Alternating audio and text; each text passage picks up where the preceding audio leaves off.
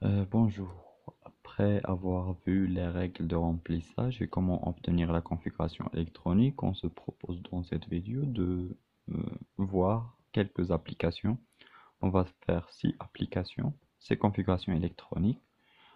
La règle principale qu'il faut suivre, c'est la règle de Kleshkovsky. Donc, il faut toujours tracer ce diagramme-là dans un brouillon. On trace 1S, 2S, on écrit 1S, 2S, 3S jusqu'à NS, 6 ou 5, selon Z qu'on a. Les P commençant à partir de 2, D à partir de 3, F à partir de 4 et G à partir de 5. Et on trace les diagonales qu'on a ici. Et l'ordre de remplissage, c'est suivant les numéros de diagonale. C'est la première, donc c'est 1S, puis 2S, puis 2P, puis 3S, puis 4P, 4S, 5, 3D, 4P, 5S, etc. On va appliquer ceci pour déterminer la configuration électronique des atomes suivants. On connaît que lorsqu'on a S, c'est une seule case. Lorsqu'on a P, c'est 3 cases. Et lorsqu'on a D, c'est 5 cases. C'est 5 cases. Pourquoi? Car S correspond à L égale à 0 et L égale à 0 correspond à 1, une valeur de ML. P correspond à L égale à 1 et L égale à 1 correspond à 3 valeurs de ML, c'est moins 1, 0 ou 1. Et D correspond à L égale à 2 qui correspond à ML égale à moins 2, moins 1, 0, 1 ou 2. C'est 5 valeurs, donc 5 cases. On a aussi euh, la règle le principe d'exclusion de Pauli qui nous dit que une case peut accepter 2 électrons qu'on représente avec 2 flèches. Les 2 flèches, c'est un électron de spin 1,5 et c'est un autre électron de spin moins 1,5. De telle sorte à avoir 4 nombres quantiques différents. Et la règle de Hund nous dit que lorsqu'on veut remplir l'orbital P ou l'orbital T, une sous-couche qui contient plusieurs cases, on remplit les cases, on distribue les électrons de telle sorte à avoir un nombre de spins maximal. Comme on va voir dans ces exemples-là. On va commencer par le carbone. On a Z égale à 7, 6. On a Z égale à 6, donc on va distribuer notre électron. La première sous-couche, c'est 2S. 2S, c'est une seule case. Le nombre maximal qu'on peut avoir sur cette case, c'est 2 électrons. Et donc, on met ici 2. Pour P, la deuxième sous-couche, c'est 2S. La même chose, c'est une seule case. C'est 2 électrons. Donc, c'est 2. 2 plus 2, c'est 4. 4 électrons. Il nous reste 2, car on a 6 électrons au total. La troisième sous-couche, c'est 2P. Et le 2P contient 3 cases. Mais il nous reste juste 2 électrons. Donc, on va mettre juste 2 électrons sur P. Comment on distribue ces 2 électrons sur le P? Par la règle de Hund. On met un électron dans chaque case pour avoir ici plus 1,5, le spin. Et la même chose ici, plus 1,5. La somme, c'est 1. C'est la configuration électronique du carbone. Pour le Na, c'est la même chose. C'est le même ordre. 1S2, 2S2, 2P. Ici, on a 4 électrons. C'est Z égale à 11. On a 4 électrons. Il nous reste 11 moins 4. Et donc, on met ici 6 électrons. 2 plus 2 plus 6, c'est 10. Il nous reste un électron. La couche qui suit 2P par la règle 1S, 2S, 2P, c'est 3S. Et le 3S va contenir un électron. La configuration sous forme de cases quantiques, c'est écrit sous cette forme-là. Le P, c'est toujours 3 cases. 1, 2, 3, 4, 5, 6. Et pour les 3s, c'est un seul électron. C'est un seul électron ici. C'est la configuration électronique de Na. Pour l'autre élément, c'est le chlore. Pour le chlore, on suit la même méthode. C'est 1s2, 2s2, 2p6, 3s2, 3p. On a 10 électrons. 12 plus 2, c'est 12. 12, il nous reste 5. Or, P est capable d'accepter 6. Donc, on va mettre ici 5. La configuration, c'est toujours comme ceci. La distribution sous forme de case quantique. Et puis, le 3P contient 5 électrons. Pour le faire, par exemple, on a 26 électrons. Donc, on écrit 1s2, 2s2, 2p6, 3s2, 3p6, 4s2. On suit juste cet ordre-là. Et on remplit jusqu'à avoir distribué la totalité de ces électrons-là. Principalement, les 3 premières couches, les 3 premières sous-couches sont capables d'accepter 10 électrons. Les 3 suivants sont capables d'accepter 10 électrons. Et donc, on a ici 20 électrons. 2 plus 2 plus 6, c'est 10. 2 plus 6 plus 2, c'est 10. Donc, on a 20 électrons, alors que le fer possède 26 électrons. Donc, on aura la couche qui suit 4s. 4s, c'est 3d. 3d. Et le 3d est capable d'accepter 3D où toutes les sous-couches D ont 5 cases quantiques.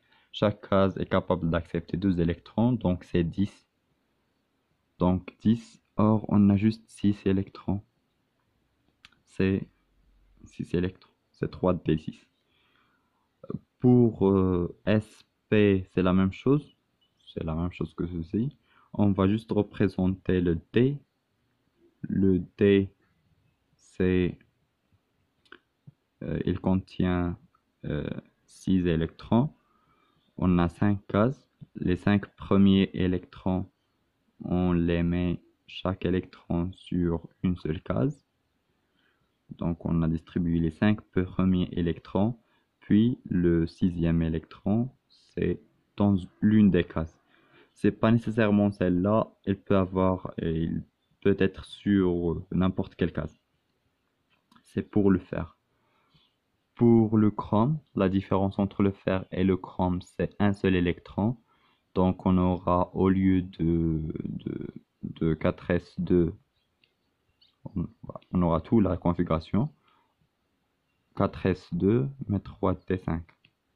Donc la distribution, on aura les 5 cases. Et chaque case contient un seul électron. C'est les 5 électrons. Pour le CU, on va écrire une configuration comme celle de fer. Et puis, on va ajouter 3 électrons. 2p6, 3s2, 3p6, 4s2, 3d. Si on ajoute 3 électrons à D6, on aura 9 D9. Et si on représente ceci, on aura pour le D, on aura 5 cases qui contiennent 9 électrons. Le premier, c'est le deuxième, troisième, quatrième, cinquième, sixième, septième, huitième et neuvième. C'est les configurations des éléments qu'on a ici dans ces exemples-là. À partir de ces éléments-là, on peut déterminer la première chose, c'est la couche de valence. La couche de valence, pour la déterminer, on essaye de voir le nombre n le plus grand. Par exemple, ici, le n le plus grand, c'est 2. Ici, c'est 3. Ici, c'est 3. Ici, c'est 4. Les couches, et non pas les sous-couches, les couches qui contiennent le n le plus grand, c'est les couches de valence. On a 2s, 2p. Ici, on a 3s. Ici, 3s, 3p. Ici, 4s. Ici, 4s. Ici, 4s. Dans cet exemple-là, voici les couches de valence. C'est 4s. C'est 4s. Or, on remarque que dans certaines configurations, on a la dernière configuration, le n le plus grand, est suivi par une sous-couche qui contient un nombre d'électrons qui n'est pas le nombre total qu'il peut accepter. Par exemple, ici, le n le plus grand, c'est 4, donc la dernière couche, c'est 4s. Or, 3d n'est pas rempli.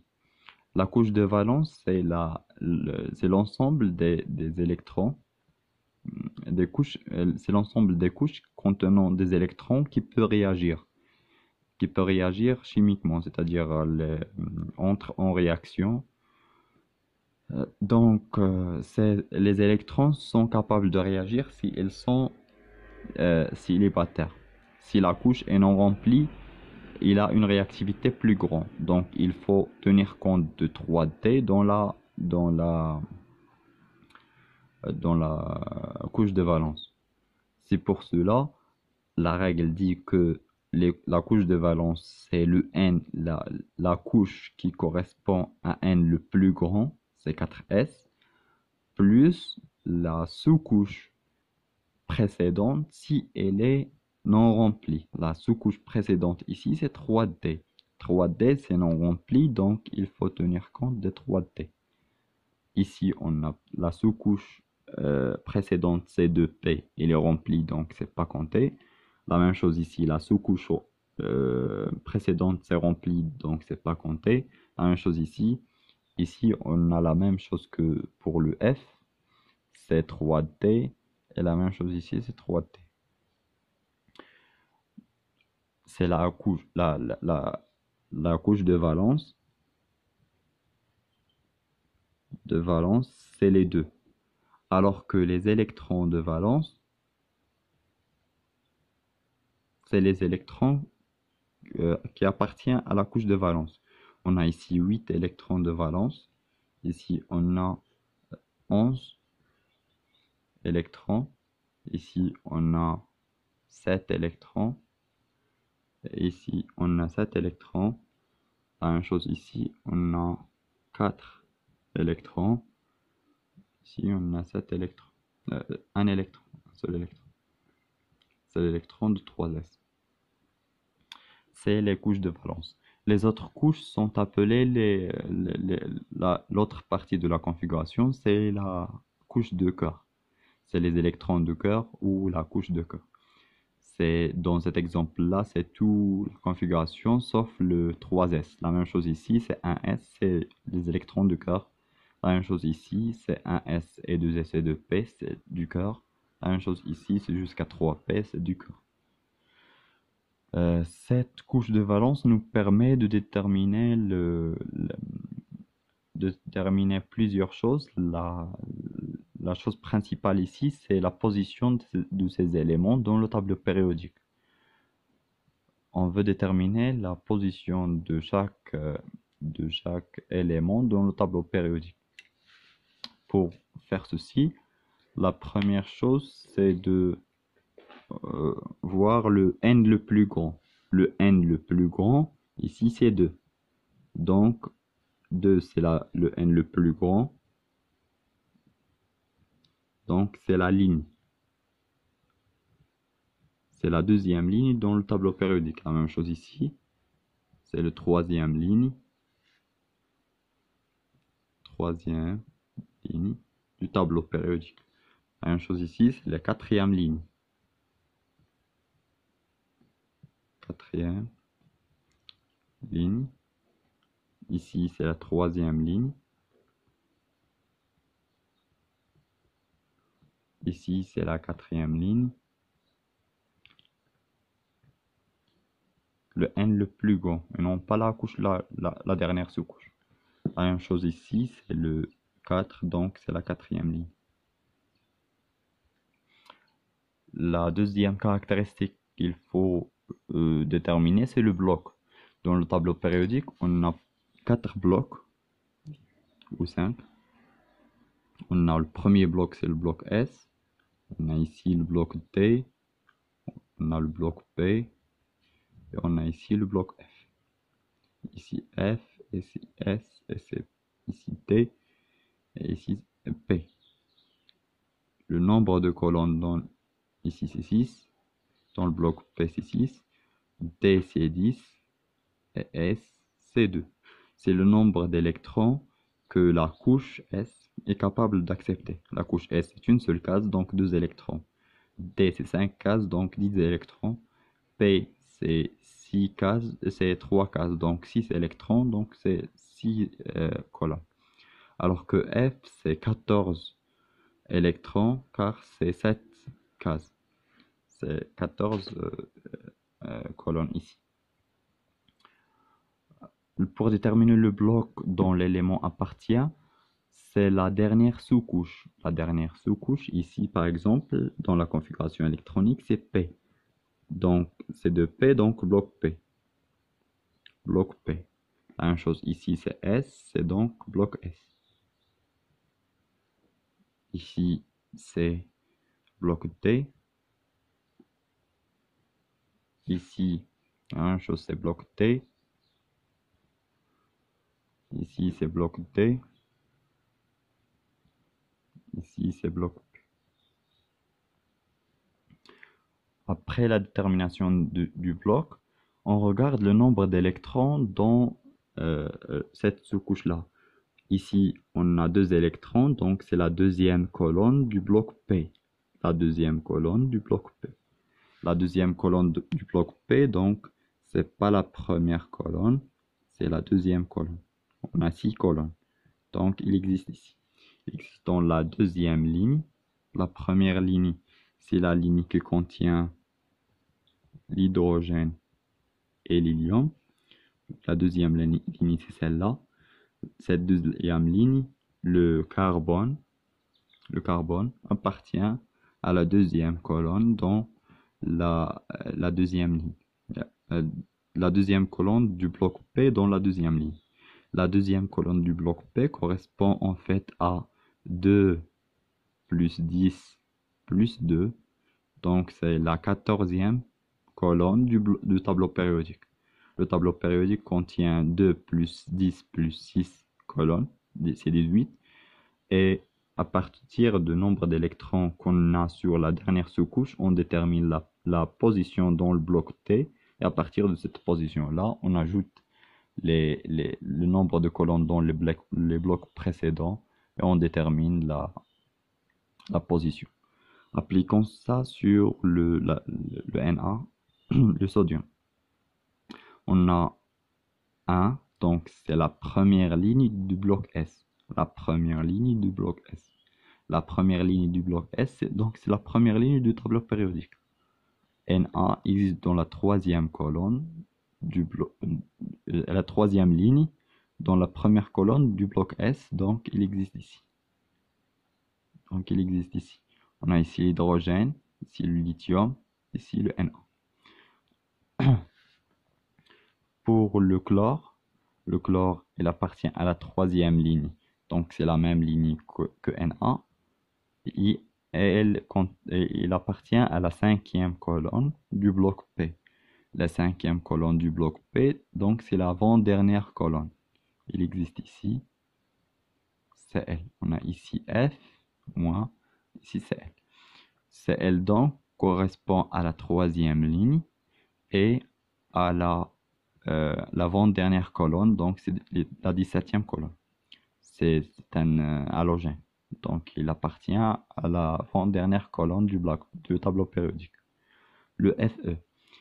Le Fe appartient à la quatrième ligne et à la sixième colonne du bloc T. La quatrième ligne et la sixième colonne du bloc T. La quatrième ligne, c'est la première ligne où elle commence le bloc T. Il appartient à la sixième ligne, donc on aura 1, 2, 3, 4. Donc c'est ici. Il est ici, donc dans le tableau périodique, c'est 2 plus 6. 1, 2, 3, 4. Non, c'est la sixième. La sixième colonne, plus 2, donc c'est la huitième colonne dans le tableau périodique. Donc c'est la ligne 4 et la colonne 8. C'est 2 plus le 2 de S, du bloc S. La même chose pour le cuivre par exemple. On a la quatrième ligne, donc c'est la même ligne que du fer. Et la neuvième colonne du bloc T. La neuvième colonne du bloc T, le bloc T contient 10 colonnes, donc c'est l'avant-dernière colonne. L'avant-dernière colonne, ce qui correspond à 2 plus 9, c'est 11, c'est la 11e colonne du tableau périodique. C'est la 11e colonne du tableau périodique. La même chose pour le chrome, c'est la 5e colonne du bloc T, 5e colonne du bloc T, et dans la 4e ligne, la 5e colonne du bloc T, donc c'est 5 plus 2 de bloc S, donc c'est la 7e colonne du tableau périodique et la 4e ligne. Dans certains exercices, on donne le cas de cuivre.